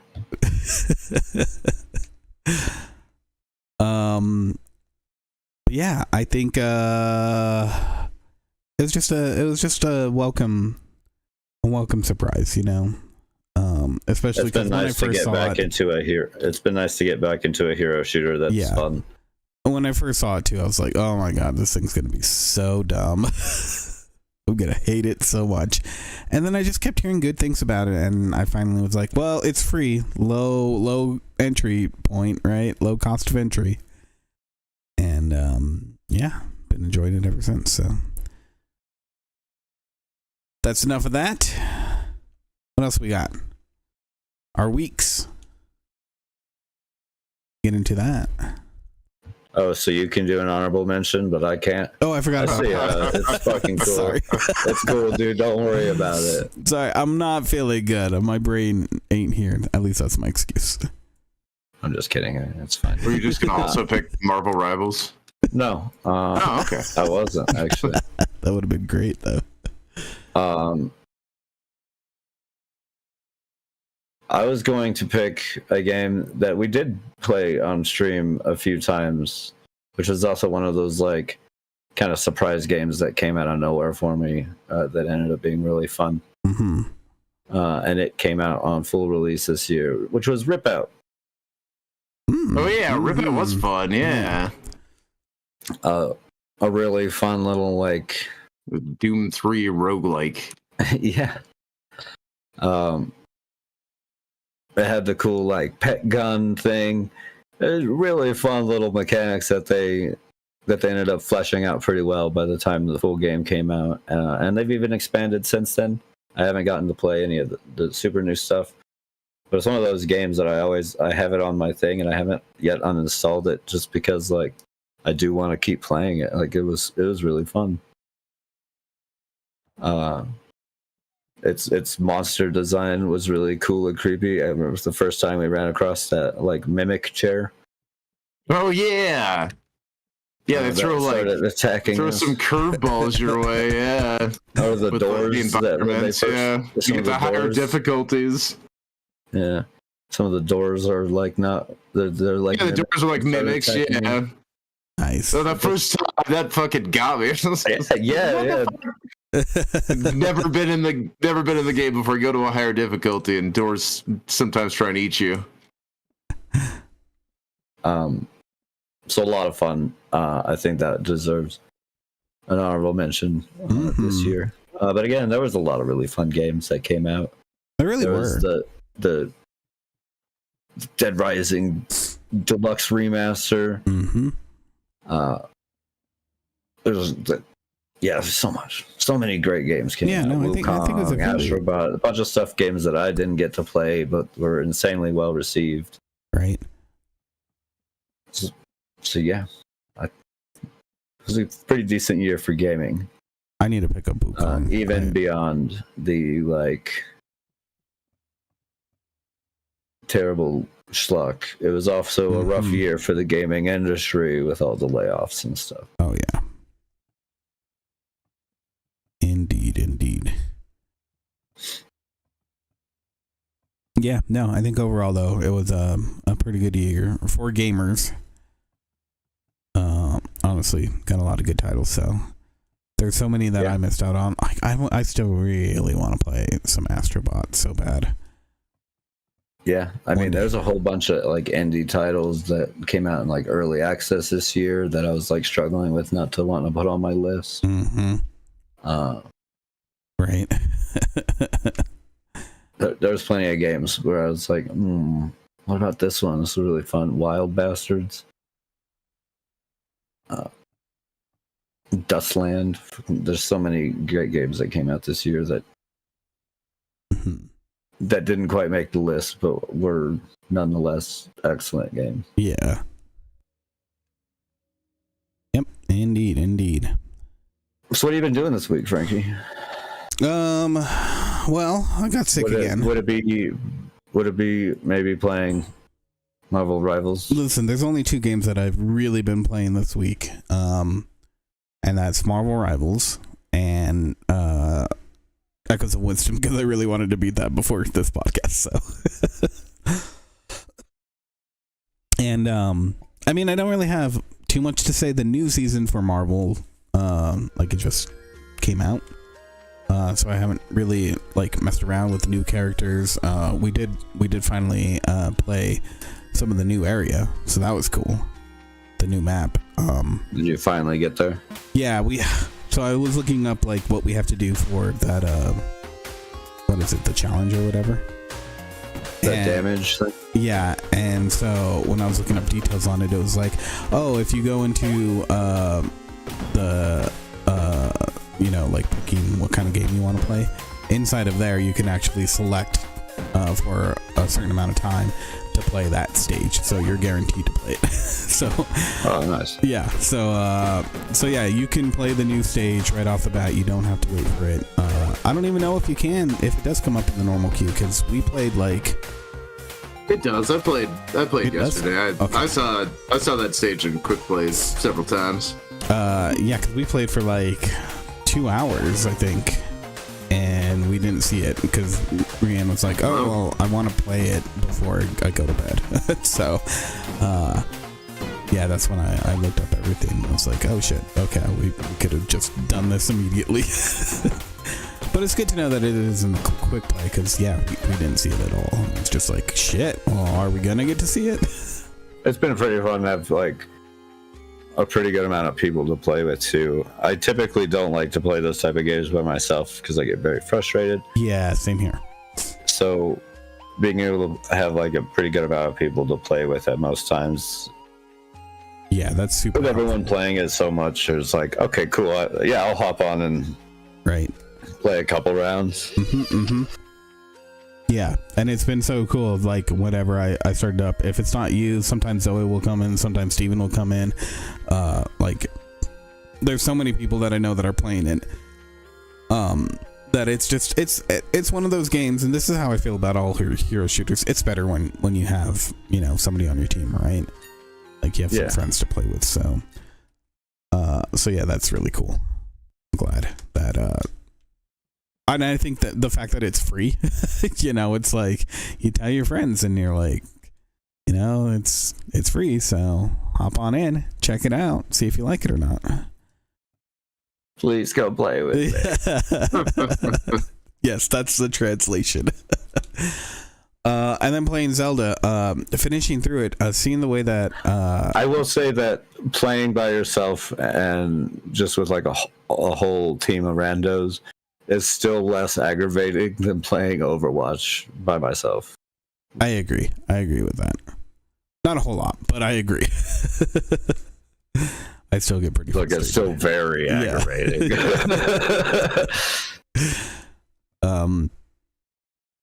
But yeah, so the way Zelda ended up progressing was really, really cool. And like all the little story bits and whatnot, making the smoothies and you know, just the way that you level up Zelda, and the fact that the map actually ends up being a version of a Link to the Past. There's just some really cool parts about the game I loved so much. Do we know where it falls in the timeline? You know what? I want to go back and see if there's any hints. I didn't find any. I feel like it has to take place after. What's that? The not A Link to the Past. What came after that one? What's the sequel? On the DS. Right? The 3DS one. Fucking what was it called? Fuck, what was that one called? Seasons one? No. It took place in... It was a direct sequel to A Link to the Past.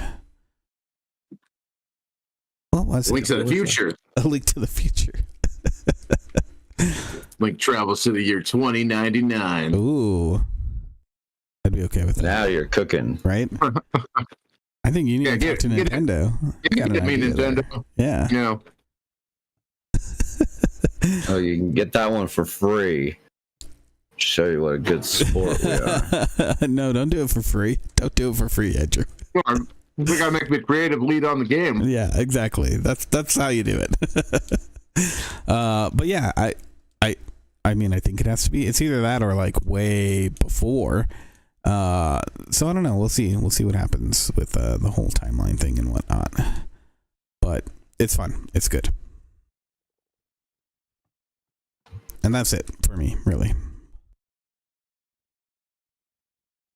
Well, fun. What about you, Andrew? My week? Yeah. I mean, it was pretty much it. You're porking at it. So all the between that and Rivals. Yeah, playing Helldivers and playing mostly playing Rivals though. I was playing a lot of Rivals. How have you been finding Rivals? You haven't said much about your thoughts on it. Oh, yeah. I mean, I think it's really fun. I liked Overwatch when like Overwatch came out. It's pretty much Overwatch. Just Overwatch again, but with you know Marvel IP. Mm-hmm. Just it's pretty fun. I like it. No notes. No notes. What I like about it is that like I said, it's like super reminiscent of Overwatch, right? And some of the characters even have, you know, you feel like their moveset is really similar. There's some crossover, yeah. Yeah, but you kind of get like, oh, but they also have this other move from another character. So it changes up their dynamic, right? Which is fun. They're stealing the ideas in the right way. Yeah. They're not outright copying it. Yeah. They kind of like tore it up and put it back together. Yeah. I think the game still needs some, balancing and stuff. Although the season one changes, I think were all pretty good. Namor probably didn't need as much of a buff as he got, but I'm not going to complain. I like Namor. I like that my character is the one that got snubbed the most. Nothing happened to my main. Loki doesn't need anything. Nothing Loki's happened fine. to him.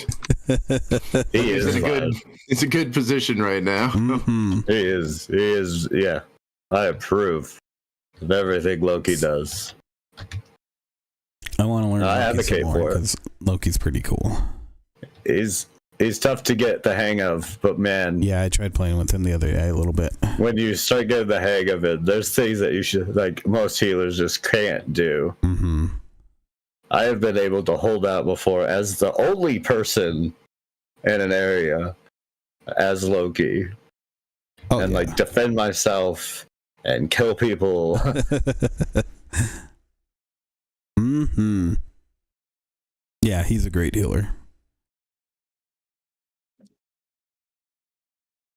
Well, Andrew won't talk about it, so I will. We watched the Secret Levels. Oh yeah. Oh shit! I actually completely forgot about watching those. Some of them pretty good. The second half left me pretty unimpressed. Oh really? It's unfortunate. Yeah, they released it in 2 parts apparently. But I would agree. The first half of what they released is far better than the second half, although fairly enjoyable, mostly all around. Like, Yeah.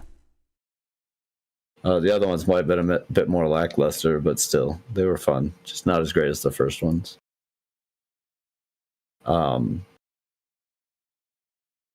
Yeah, there's some really fun ideas there. The first half had like ones that I wasn't even sure how they would like turn it into something interesting. Spelunky was one of the shorts, Mm-hmm. and I was like, okay, well, how do you do that, right? Yeah. But I think they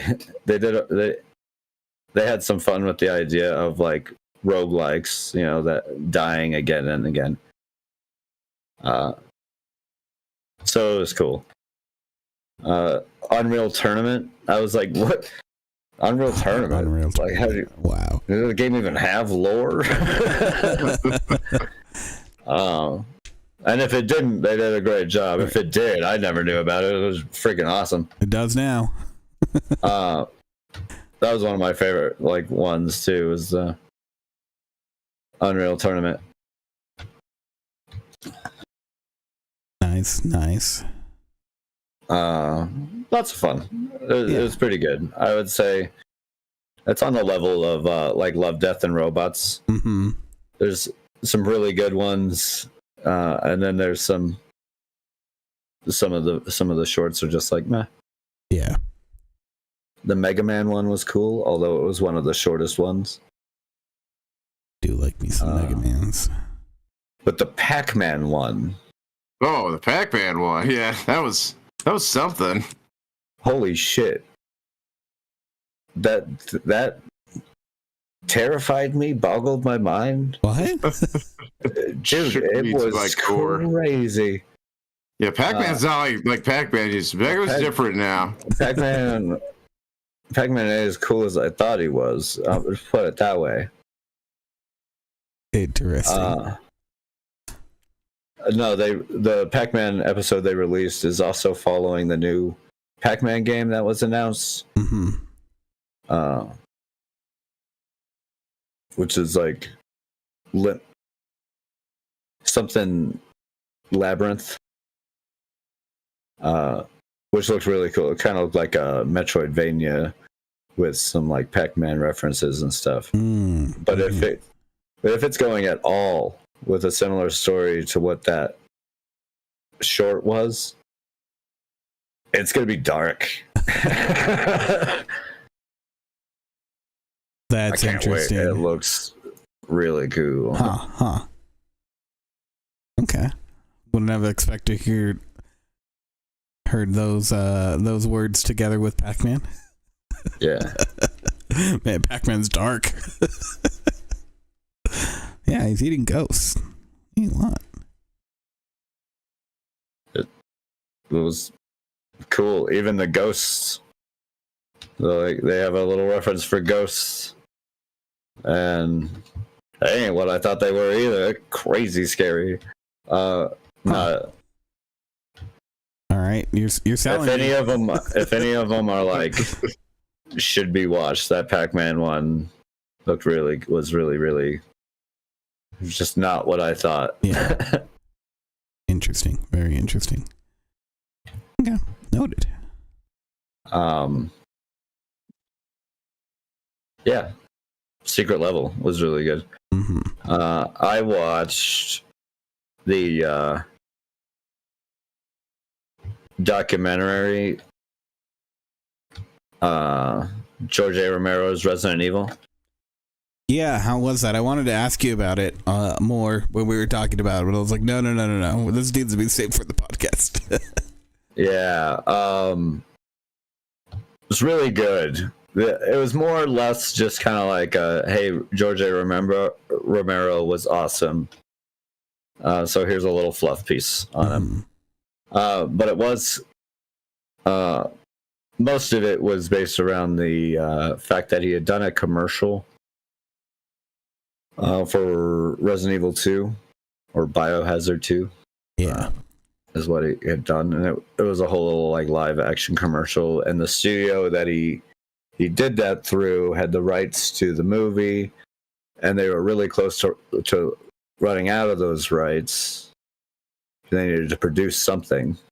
And so they had reached out, of course, because at the time, Dawn of the Dead was huge. They're like, yeah, this made it really big. This is very popular. And so hired him to start writing scripts. And he had gotten fairly far into the process. He had rewrote some characters. One of the big changes was that Chris wasn't Stars anymore. Oh, really? Huh. He was just a hometown boy. And also native. Was he American in South Detroit? Native American.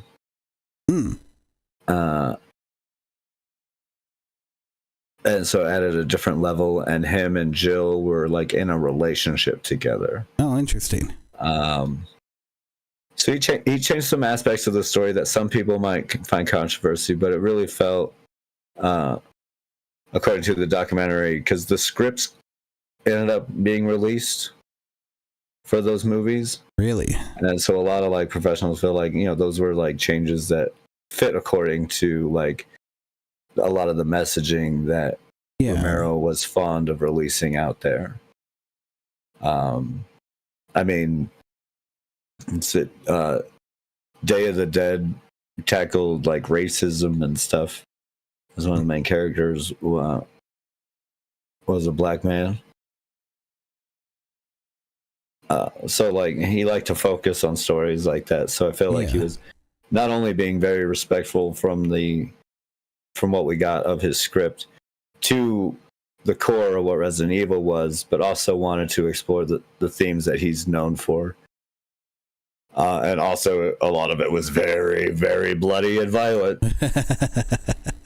And that seemed to be where the big problem came from, as the executive of the producer of the producing company didn't think Resident Evil was all that violent or bloody. That's so weird. In his words, not just violent, but like just straight gore. But also, he's wrong. Never played the first like Biohazard, which like actually was Biohazard was more gory than the American Resident Evil that we got. And Resident Evil was still gory as hell. There was blood splashing all over the screen constantly. Well, I just feel like that's like, I feel like zombie movies kind of rose out of, the gore subgenre, right? Yeah. Like that's what made them what they are today. So, yeah, that's really weird. That's really, really kind of weird. To feel, I think. Yeah, so that seemed to lead to some differences, which is when the script was then given to Paul W.S. Anderson to make his movie. Yeah. And we all know kind of how that one turned out. I mean, the first one's for okay. good or ill. I like the First one I thought was solid, but yeah. That's where we ended up with it. And we never quite got the movie that just makes sense for George A. Romero, the godfather of zombies, who is also the reason that zombies are in Resident Evil instead of ghosts and spirits. They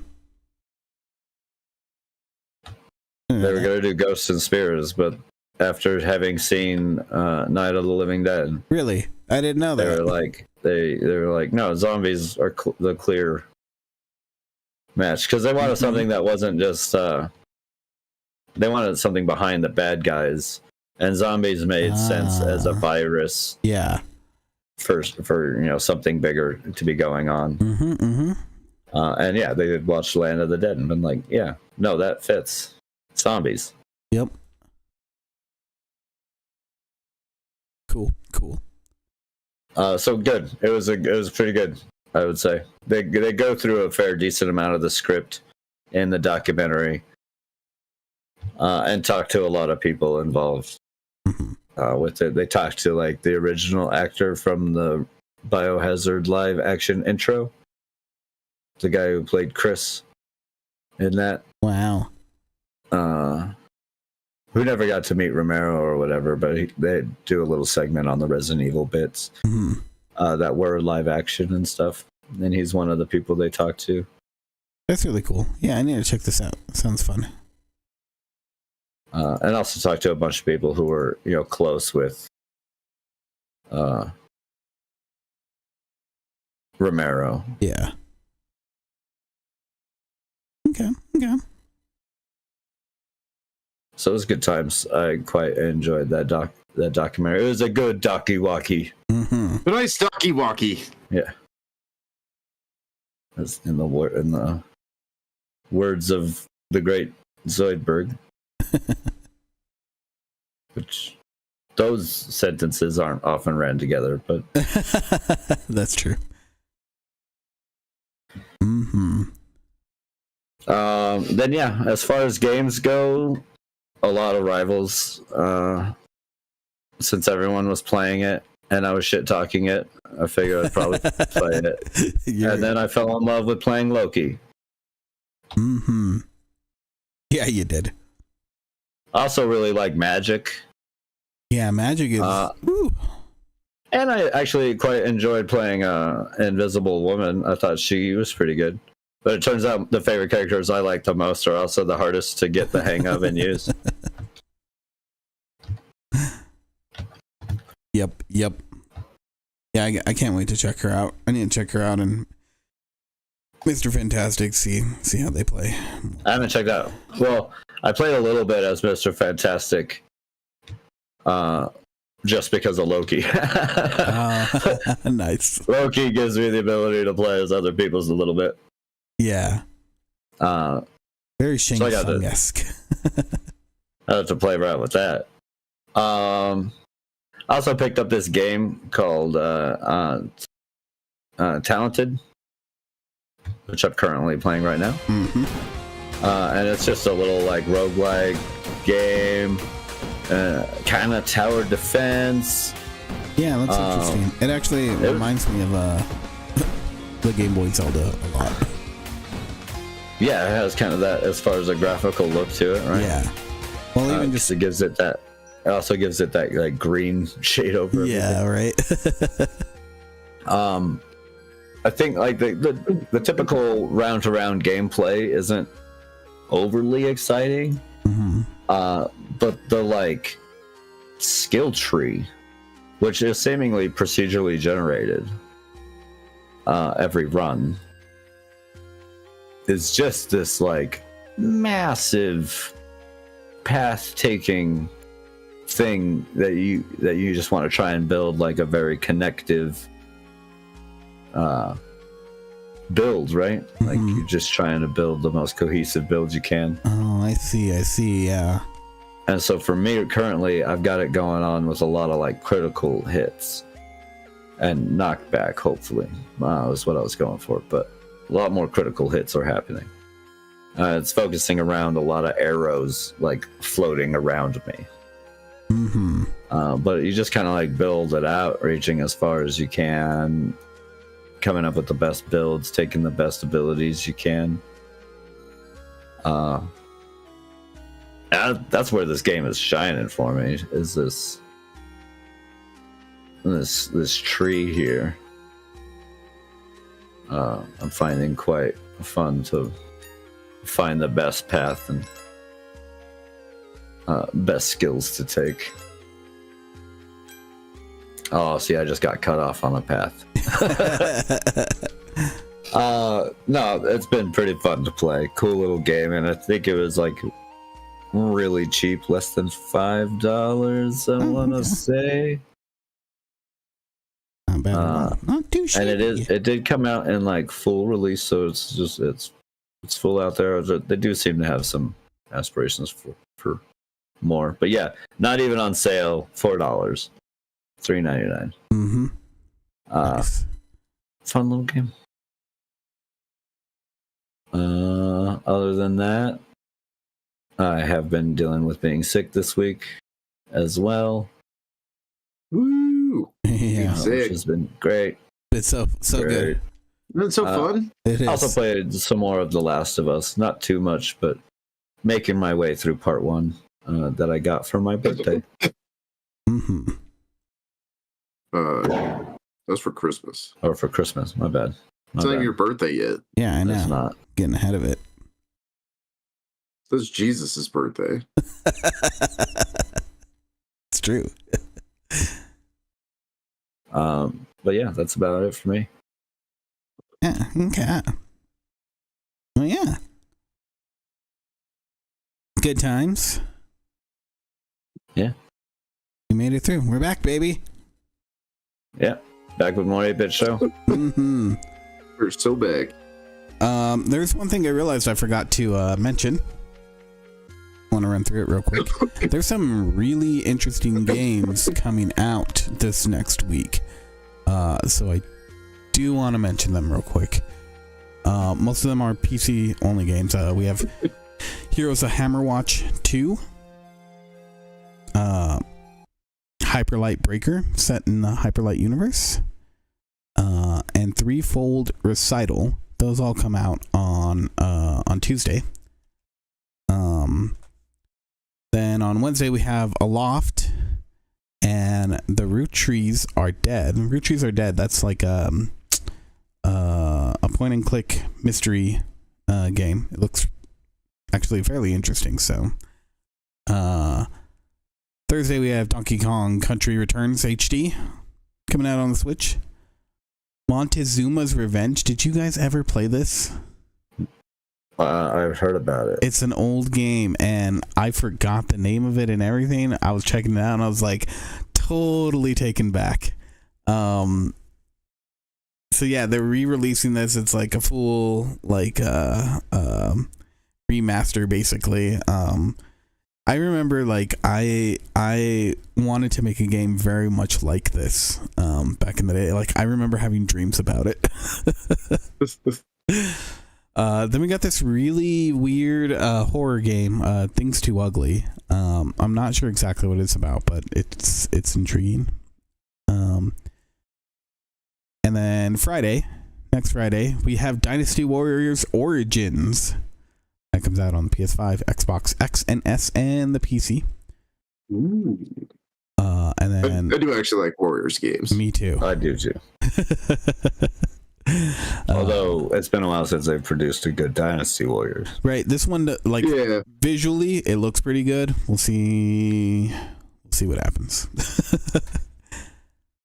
And then also a remaster of Tales of Grace's F.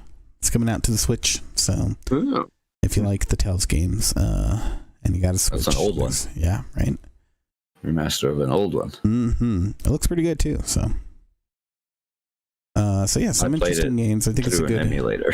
It looks like a good start to the year. So sweet. Yeah, it's exciting stuff coming up. Right? Yeah. Check back with us fairly randomly right now is we're all play Rivals and stream Rivals. Yeah, I'm doing a lot of that, so sure we'll do some next few days, maybe tomorrow, maybe tonight. We'll see. Maybe later. Yeah. So, but yeah, as always, you can catch us here every Saturday, almost every Saturday at 9 a.m., where we will talk to you about video games, nerdy stuff. Yeah, on the Twitch. And your latest in rival news.